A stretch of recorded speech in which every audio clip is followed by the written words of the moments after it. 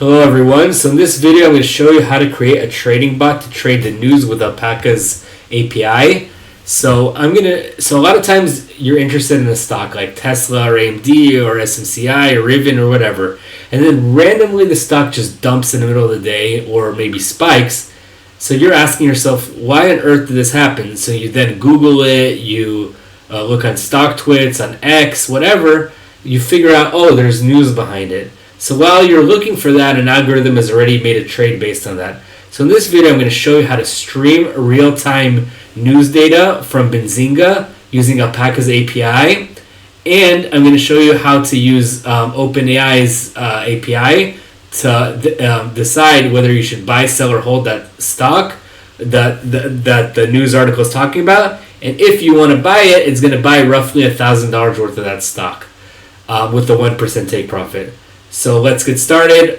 This video assumes that you watched my intro videos on Alpaca, and I'll link those in the description. So please watch those videos, and it assumes you have an Alpaca paper account and an OpenAI API account. If you don't have the OpenAI API account, you can Google OpenAI API, and then you can log in and register, and it's like on top to the... Once you register, you have like a settings thing, and you can click settings, and then you'll have API keys. So that's the OpenAI's part. For Alpaca, you can once you create an account and log into the dashboard, you can go to Home, API keys, regenerate. You can regenerate API keys. You can look at you wish this was your portfolio, but your paper portfolio. But anyways, let's get started. So this assumes you have those keys. You put it in the secrets thing as in my other videos. But I'll link those intro videos in the description. Also, I have a video where I got 6 years worth of historical news data from Benzinga, and I'll also link that in the description. But in this video, we care about real-time WebSocket data. So that's not the point of this video, but I'll link that anyway. But anyways, another quick thing is don't do the trading strategy just based on this. Benzinga is one news source. It might not be the first time that news has happened. It might not be new news. It might be a repeat of news coming from a different source. So in real life, you really need a lot of news sources and that sort of thing. So use this as part of a broader strategy. Also, in general, I'm not the biggest fan of trading news because a lot of times you have like knee-jerk stock dumps, and then the stock recovers a little bit later. So don't get shaken out, but not financial advice. Okay, let's get started. So first we install the alpaca-py SDK, and then because we're going to use Asyncio in a Jupyter or Google Colab environment, and they already have an event loop running, we have to do nest Asyncio. So import nest Asyncio, nest Asyncio.apply. So you need this whenever you're doing async with Jupyter or a Google Colab. And now let's load the Alpaca API key and secret. Remember, we put it here. So we do from google.colab.userdata import, google.colab import user data. And then we do Alpaca API key equals user data.get alpaca API key. And then we do alpaca API secret equals user data dot get alpaca API secret. So now we have our API key and secret, grant access. And now we're going to connect to the trading client. Trading client is, like in the other video, allows you to buy, sell stocks, that sort of thing, make orders. So we'll do from alpaca.trading.client import trading client equals trading client. Alpaca API key, Alpaca API secret, paper equals true. Okay, so now we defined our trading client. So now let me show you an example with the news data stream before we get into the trading strategy and that sort of thing. So like with the other WebSocket things I spoke about, first you define the data stream. So in this case, instead of having like a stock data stream, it'll be a news data stream. Alpaca API key, Alpaca API secret. So we have to define the async event handler. So whenever a new news article happens, we're going to execute this function. So we do async def on new news. There'll be news item, and it's going to be of type news. and let's just give the type here, just so it helps us with autocomplete. From Alpaca, the data.models import news. It's not .news, it's from models import news. So like this, and what do we want to print? We can print new news article, and then let's print headline, summary. What else do we want to print? Let's print the symbols. Okay, so I print new news article, summary, headline, summary, and symbols. Let's just maybe do this between headline and summary. And then summary, and then symbols, and then let's print a few new lines just for the hell of it. So whenever there's a new news article, we're just going to print this. This is just to give you an idea. So now we have to subscribe to news, and we do it like this. So exactly like in the data streams, like the stock data streams and the crypto data streams, you do subscribe news, and then you do on new news. You put the handler, and then you put your symbols you want, like AMD, Apple, etc., as many as you want. Or if you have a list, you can do AMD, Apple, etc. And then you do a star because it doesn't accept lists. The star basically makes these into arguments instead of lists. So look, I want a list. So what I can do is I can ask Gemini. I can say, give me a list of 100 large cap stocks as a list. And then what is it going to do? It gives me a list of large cap stocks. Let's copy that. And then let's do, see what it did. It did large cap stocks equals that. So let's subscribe to on news. And then let's subscribe to star large cap stocks. So now we subscribe to WebSocket for these live stocks. Did it cut this off? Oh. I guess I didn't copy the whole thing, sorry. Okay, so does this work? Okay, that's a lot of stocks. So this is the large cap stocks, and then remember we want to do news data stream, that subscribe news on news, and then star large cap stocks. That's what we want to do, subscribe to that, and then to run the stream, didn't I call it news data stream? Did I restart this thing? Okay. So I subscribe, and now to run it, you can do news data stream.run. Okay, so that's how you run it. So I can run it like this, and hopefully we'll get some news articles. Sometimes this takes a while. But anyways, once this is running, until we get our first news article, I want to kind of talk about the trading strategy we want in a little bit more precision. So what we're going to want to do, remember I spoke above, is we want to do something like this. A news article comes in, and I want OpenAI's API to classify it as buy, sell, or hold. And precisely, we're going to give it like a structure, to give like a structured outputs to make sure it gives you buy, sell, or hold. So we need a function that does sentiment classification with OpenAI's API and make sure it returns either buy, sell, or hold. Our function will also return a reason for that, because I want to print the reason why why ChatGPT, so to speak, or GPT-4, or whatever model I used, thought that was the answer. Not all models work with structured data. We'll talk about that in a second, structured outputs. But basically, we want to use OpenAI's API to classify it, and then if the classification is buy, we're going to buy $1,000 worth of that specific stock. But we're going to only do this for stocks with for articles with just one news symbol, one stock symbol. Sometimes the articles have multiple stock symbols, so but we're going to only do it if there's exactly one symbol. And another small note is we want to buy $1,000 worth of stock. And although Alpaca's API lets you buy exactly $1,000 with notional equals 1,000 and use fractional shares, if you want to do a one triggers another order with the automatic take profit 1% higher, it won't let you do that with fractional shares. You need to do non-fractional shares. So the convenience of one neglects the convenience of other. So we're just going to make an order with 1,000 integer divide the buy price. So like the greatest amount of shares that we can buy under $1,000. And then we're going to have a automatic take profit 1% higher. It'll be a one triggers another order. This is similar to my video on showing you bracket orders with Alpaca's API. Anyways, so that's like the game plan. Okay, so hopefully we got an example. I have a feeling we didn't get anything yet. So we didn't get anything yet. So for now, let's not waste too much time. We're going to need a function.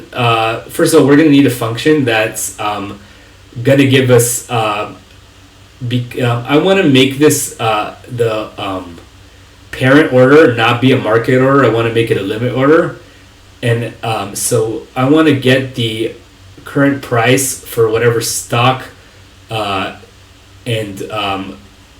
so I want a function that gets the current price for whatever stock, and then I'm going to want a function that does the order. Basically, it makes a buy order with the take profit.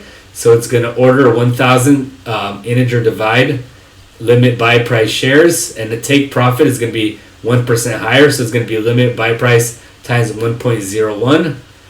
So we want these two functions, one to get the buy price we want, and one to get the buy order with take profit. Okay, so let's see first of all if we still haven't gotten any output. We'll wait until we get output, but anyways, we're going to use snapshot for this thing. So the snapshot actually gives you the latest trade price, the latest quote, and the latest 1 minute bar. And just to have the buy price, I'll take the minimum of all three.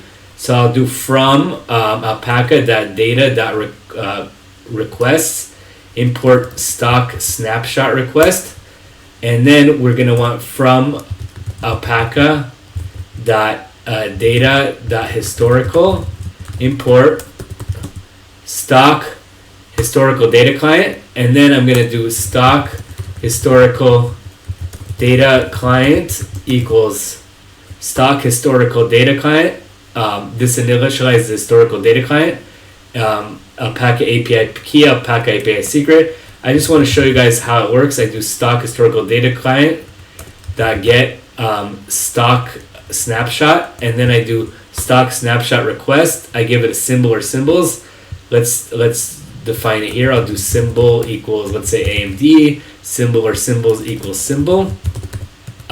And then it's going to give me some dict of snapshots because you can have multiple symbols. And then if I do just symbol, I should get what I want. And then we'll wrap it in a function. Let's see. Oh, okay, great. So we got a news article. It says Elon Musk posts on X, this. That's the headline. Summary, I guess it links it here. And then symbols, it gives you symbols. So in this case, we wouldn't make a trade based on that because it has multiple symbols. But that just shows you like what the data stream happens. You can also get the full content of the article, but I thought that was overkill for this video. So anyways, let's restart the thing right now actually. So runtime restart, and let's just define everything we defined above for a second. So like the Nest Syncio, the API keys, the trading client, the news client, and also like in my other video, I have this helper method util where I can do helper class where I can do util.toDataFrame, and it allowed me to get some of Alpaca's responses as a data frame just to make it a little bit more readable. So I'll show you that in a second. So anyways, let's try this example. So remember, we wanted to do the snapshot. So if I do stock historical data snapshot, remember I initialize the historical data client, and then I do get stock snapshot. I list the symbols. In our case, we just want one symbol. So AMD, and then since it's a dictionary, I take AMD from the dictionary because it could have multiple ones. And it gives me a daily bar, latest quote, latest trade, minute bar, previous daily bar. So to get our buy price, I want to do, so I'll call it def get limit buy price symbol. So first thing I want to do is I want to do stock historical data client. I want to call this to get the snapshot. So I'll call this snapshot. And then I want to get the minimum of the latest, it's not called last, it's called latest trade. Latest trade dot price. and then this is latest. There's no midpoint, so I do snapshot that latest quote dot bid price plus snapshot that latest quote dot ask price divided by 2. That gives me the midpoint. So I first got the trade price with latest trade dot price, and then I got latest quote dot ask price and latest quote dot bid price divided by 2 to get the midpoint, and then snapshot that latest snapshot dot minute bar dot low. So I'm taking the minimum of this to get me like a limit the price I want to do the limit buy at. So if I do get limit price symbol, I should get a number 14.22. Okay, so now let's do our function to place a buy order. So remember, we want to call it def buy order with take profit. So our limit buy price, we want to do the limit buy price we just defined here, and then we want to do it for up to $1,000 worth of stock. So I do quantity is 1,000 divided by integer divide limit buy price, and then the take profit is 1% higher, so limit buy price times 1.01. So now we can do okay, see the autocomplete's sometimes not that good, so I'll do limit order equals limit order request, and then symbol equals symbol, quantity equals quantity, side equals order side dot buy, type equals, we don't need this, time in force equals day. I think we still have time to make a trade during the day. What time is it? Oh, nope, market is closed, so I'm gonna have to do it's still a day, but I'm gonna do extended hours equals true, and then limit price will be limit buy price. So this is what the limit order request needs. Okay, so now I have the limit order request. So now I'm going to do from alpaca.trading.request import limit order request, and then from alpaca.trading.enums import order side time in force. What else do we need? We need order class. So order class equals order class dot one triggers another, because it's kind of like a bracket order, except now the limit buy price will trigger just one order in our case. So we'll have a take profit equals take profit request, and then we give it a limit price, and this will be take profit. Let's call it take profit price. Okay, so now we need order class here. Order class. Okay. Anyways, I'll provide this code. So now this gives us a our limit order request, and now we have to do trading client. That's submit order data equals limit order, and then we need to also do import take profit request. Okay, so I think we have everything we need, and let's return that. Okay, so now let's see if this works. We'll make the order. Obviously, if this is a real account, you wouldn't just play around with this, but we can do buy order with take profit and on the symbol. So 1 second, let me return it actually. Order data. So what's wrong? 0. They don't have one triggers another orders after hours. Anyways, the whole point is you'll get the point. I'll just run it and it won't trigger now. But anyways, order data is here. What did I mess up on? Oh, yeah. So you should do it's like an interactive. You do need to have to round to the nearest decimal point. So import to the nearest 2 points. NumPy is NP. So I round it to the nearest points because look, it says I have too many decimals, sub pennies.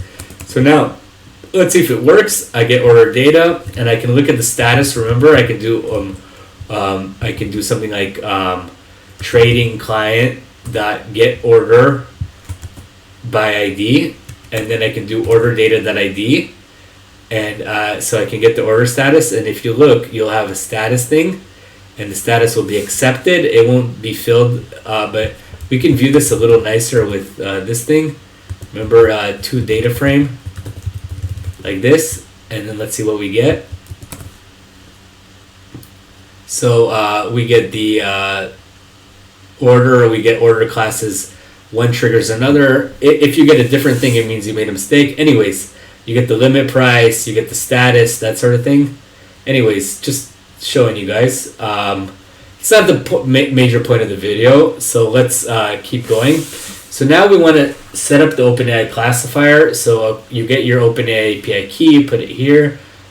You define your OpenAI client. So I'm going to say OpenAI API key, user data.get OpenAI API client. And now let's discuss what this does. It says you have to give it a prompt. So you say, I said you are a financial market expert tasked with classifying news articles into one of 3 categories: buy, sell, or hold. Your decision should be based solely on the headline and summary provided below.